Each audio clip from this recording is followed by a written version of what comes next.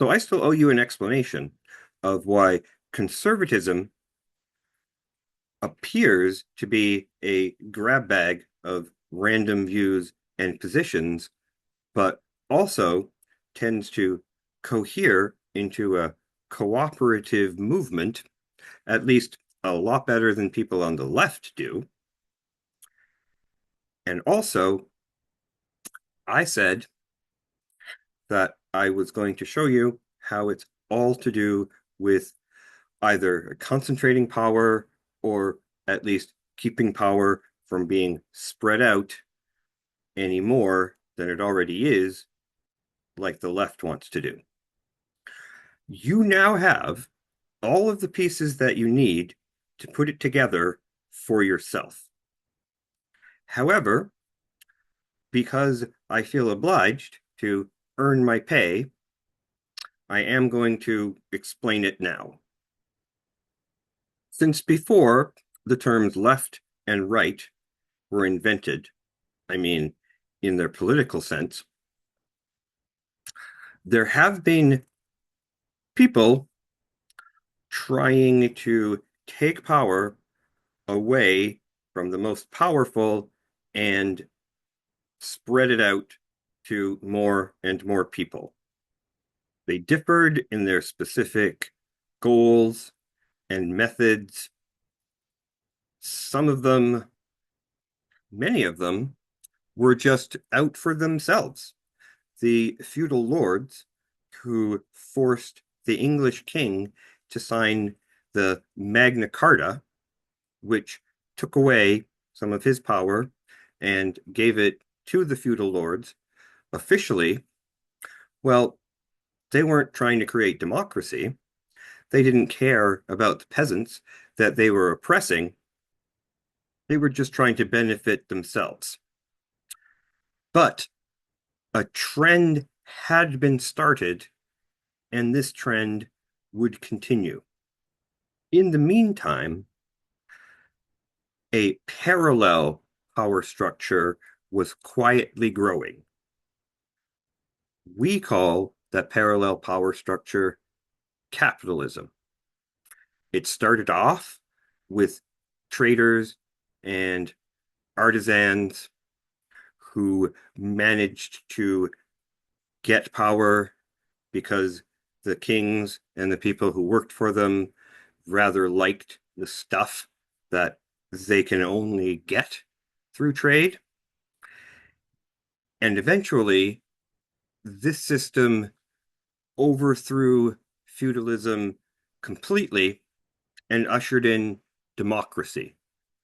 Yes, I'm saying that we have capitalism to thank for democracy.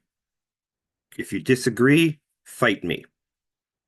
But in another sense, we traded the oppression of the peasants by the feudal lords for the oppression of the proletariat, the working class, by the capitalists.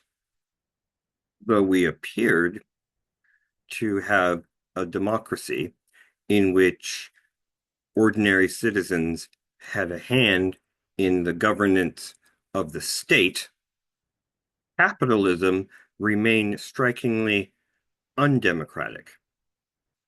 And if we return to this list that you see on the slide, I think we can understand how all of the things that didn't really fit together can now be seen as being on the side of hierarchies and power structures, whether those be political, economic, i.e., capitalist, or other sorts of more subtle power hierarchies, such as race and gender. When people on the right say they want small government, what they really mean is that they want lower taxes on the wealthy, so not spreading out power in the form of money from the people on the top to the people on the bottom. When they talk about deregulation, What they mean is they think that rich people should be able to do whatever they want. They shouldn't be beholden to a government which is democratic, because democracy is about sharing power and not concentrating it in the hands of the few.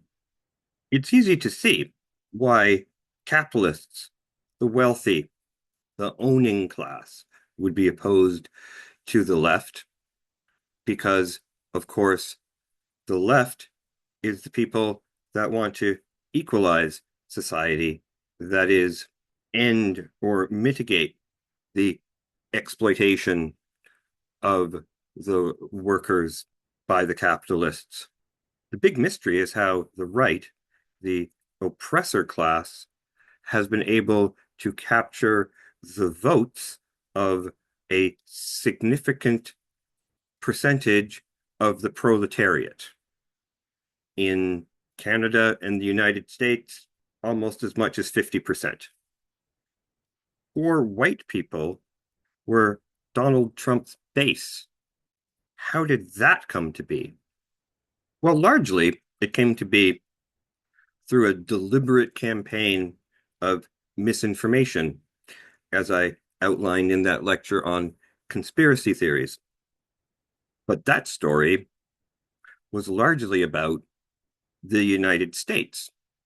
And the right has managed to capture a large share, sometimes, of the votes of the proletariat in most democratic nations. By now, it should be clear that this was made possible by capitalism itself. Capitalism alienates us both from our labor and from each other. It makes it feel like our peers, the other members of the working class, whom really we should be working together with, it makes them feel like our competitors or even our enemies. Capitalism makes it so we're competing with each other for jobs. It makes it look like there's a zero-sum gain where any gain for someone else represents a loss for me.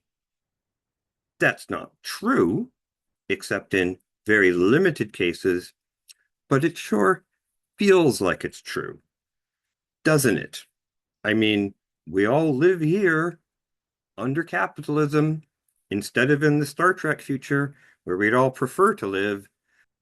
Why would somebody say that they're in favor of law and order and then vote for a man who flaunts his lawlessness at every turn? Well, because law and order doesn't actually mean what it appears to mean. To them, law and order means keeping poor people in their place. It means keeping down the people that you see as lower than yourself on the hierarchy, because we're all desperately clawing to make lives better for ourselves under this system which pits us all against each other. If you're a poor white conservative, law and order means keeping all those black and brown people in their place. Or if you're black yourself and you voted for Donald Trump, it means keeping the wrong kind of black people in their place. You know, the kind that give good law-abiding black people like you a bad name. If you're invested in the system that capitalism fosters, then it's it's going to be very important that there are people lower down the hierarchy than you. That doesn't actually make you any better off. It just makes you feel like you're better off. If you're a poor black man, hey, at least you get to look down on poor black women. And if you're a poor black woman, well, then you didn't vote for Donald Trump. Why do people on the right say that they're all about freedom? but don't want women to be free to terminate their pregnancies? Well, it's because the constant threat of unwanted pregnancy makes women easier to control. It keeps them in their place. Better not risk getting pregnant.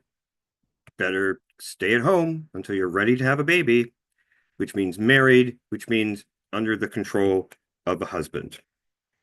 It's very important that women be controlled, you see, because controlling women means controlling the means of reproduction. That's a Marxist joke. And like most Marxist jokes, it's not actually very funny. But it points to really true factual fact. Humans need to be produced just like gas and nails and car batteries, because capitalism requires people to do the labor. So I'm sorry, ladies, you might have dreams and aspirations, but I need your body to make workers for my factory. But all is not lost. There are still plenty of people who have not been brainwashed by capitalism into thinking that the world is a dog eat dog place and there's nothing to do but try to become the top dog.